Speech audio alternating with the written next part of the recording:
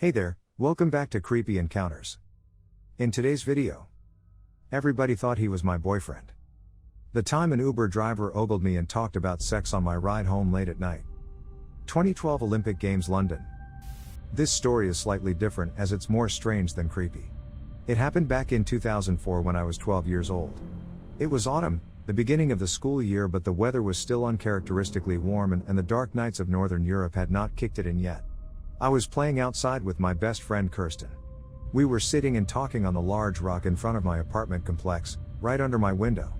I don't remember how long we'd been there until we saw a man we had not seen before walk towards us.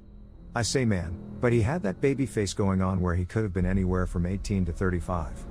At first we didn't pay him attention, but as he reached us, he came and sat right next to me, put his arm around me and said, "Sarah. Finally. Where have you been? I have been looking all over for you." At this point Kirsten laughs, thinking it's a boyfriend of mine that I didn't tell her about. Except, it isn't. I have never seen this man in my life. Yes, we lived in a small town, but it wasn't small enough for you to know everybody there, and I was definitely not popular enough for strangers to know my name. Now, a lot of weird things happened often in my hometown, from gunfights to explosions. Kirsten and I made friends with a criminal convicted of chopping two people to pieces, and we had been chased with an axe by the weird alcoholic guy who lived in the forest, so we knew that some people can be extremely dangerous, and if your instinct tells you that something is wrong, you better listen to it. Except, in this case, my instincts never kicked in. I did not see this man as a threat. At all. Thinking to myself that perhaps it is someone I met over the summer and made friends with, trying really hard to remember his name, I just turn to him and say, "Hey, how has your summer been?"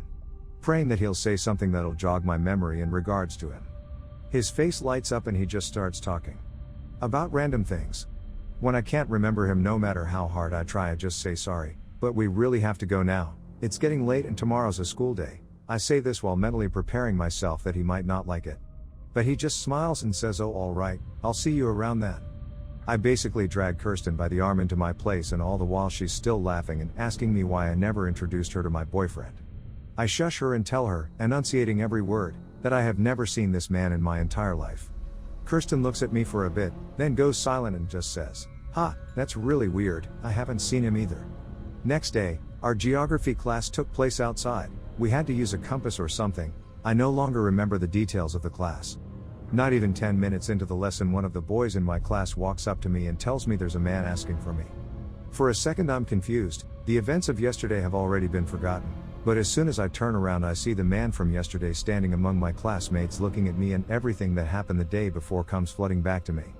Now all my classmates are good-naturedly making fun of me, asking me to introduce my new hot boyfriend to them. Even the teacher says jokingly that I will have to tell my boyfriend to wait until the classes are over. At this point I'm really tired, so I just walk up to him and tell him that I'm in class right now and he really shouldn't be on school grounds if he's not a student. He immediately tells me that he's got a car nearby and that he can drive me home. I just tell him that I'm planning on walking home as the weather is nice, but he's welcome to walk with my friends and I, and sure enough, after my classes end he's right there, waiting for me. Normally I walk home with a group of 4 friends, so with an addition of this weird man we can't all walk next to each other. He walks ahead of us, occasionally looking back and asking about my school day, about my grades, etc. Completely harmless questions. No weird compliments. No weird anything except for the fact that I still don't know who this man is. Same evening my phone rings. A call from an unknown number. I answer and I hear a familiar voice go, "Hey, did you get home all right?" I ask if one of my friends gave him my number, and then this time he sounds almost hurt when he says, "No, you give it to me. How can you not remember?" Again we talk for a little bit, mostly about my grades in school. I am not going to drag the story out too much, but this man called me every single day, followed me to school. In school, he sometimes came into the building and found me in the school corridor just to sit and talk to me, walked home with us after school. He found me when I was out with my friends. He always knew when my extracurriculars would end. He was always there, everywhere, every single day. Until, one day in November I left my house to go to school, looking around and I couldn't see him. The whole day passed and he was nowhere to be found. As weird as it sounds, I was concerned, thinking whether something had happened to him. I never did find out. As I said, it's been over 16 years now and I never saw that man again, and everyone I spoke to about it vowed they did not know him either. P.S. I did tell my family. They told me not to encourage him and that I should ignore him.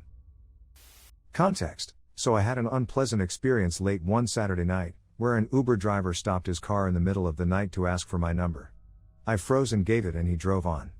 Luckily I live in my family home, which includes my stocky prison officer brother, and I texted him to meet me at the door, so I didn't feel there was any immediate physical danger. Later I blocked the driver's number when he texted. Following this, my friends recommended I use Uber Pool next time. They said since there would be other people for most of the ride, it should allow me to feel safe. If only. It just got scarier. So after a meal and some drinks on a Friday night, I ordered that Uber Pool, approximate journey time an hour or so. I sit in the back, and the driver is friendly. I engage in small talk. He asks about my name, which happens to be Arabic, and he tells me the meaning of it. He asks if I'm Muslim, if I'm native to London, and he tells me about his daughter. Cool, he seems nice. Around 25 minutes in, the driver informs me that he will be picking up the next fare. There will be 2 people joining, so he suggests I jump in the front, so I'm not sitting next to strangers. No worries, I do.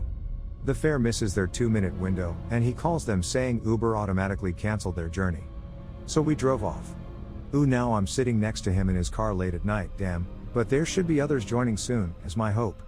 The driver turns to me and looks at me for the first time. Oh, you're beautiful, he says. I'm squirming internally. Oh God, when is the next fare? There's another half an hour or so of the journey left. The conversation continues this way before he starts to talk about sex. He tells me as a beautiful woman I am lucky and that I can have sex whenever I like and with whoever I like. He continues to ogle me. He talks about my body, asks if I have a boyfriend. I am full on panicking here because I'm scared any minute now he will put his hand on my leg. Despite it being a pool on a busy Friday night, he doesn't pick up any other fare. And we are getting closer to my road where it's quieter compared to the rest of the busy city. The sex conversations continue and he's still staring at me, and I mentally prepare myself to jump out of a moving car if I have to. I call my brother on loudspeaker but he doesn't answer. So I text my mom to meet me at the door. He comes to my street and as we near the destination, I make a point of saying, oh look, my mom's taking out the bins, I need to run. I jump out. Mom asks what's up as I look scared and flustered.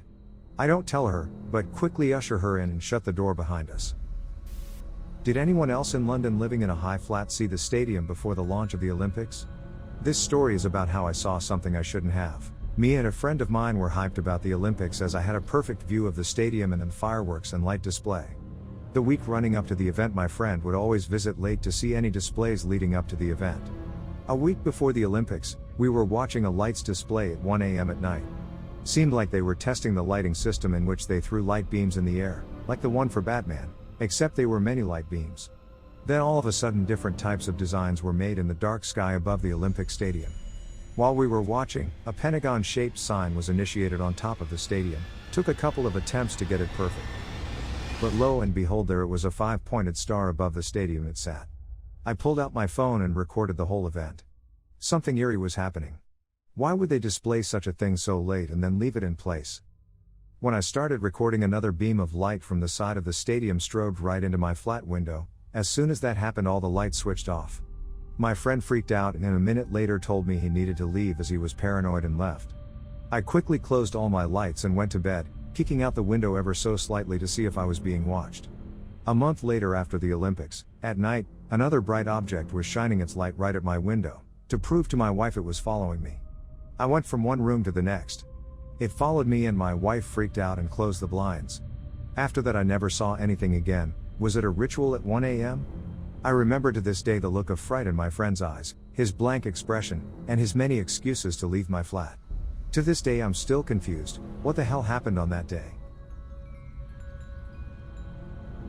I hope you enjoyed the video. Please like and subscribe for more real-life creepy encounters around the world. See you in the next video. Bye.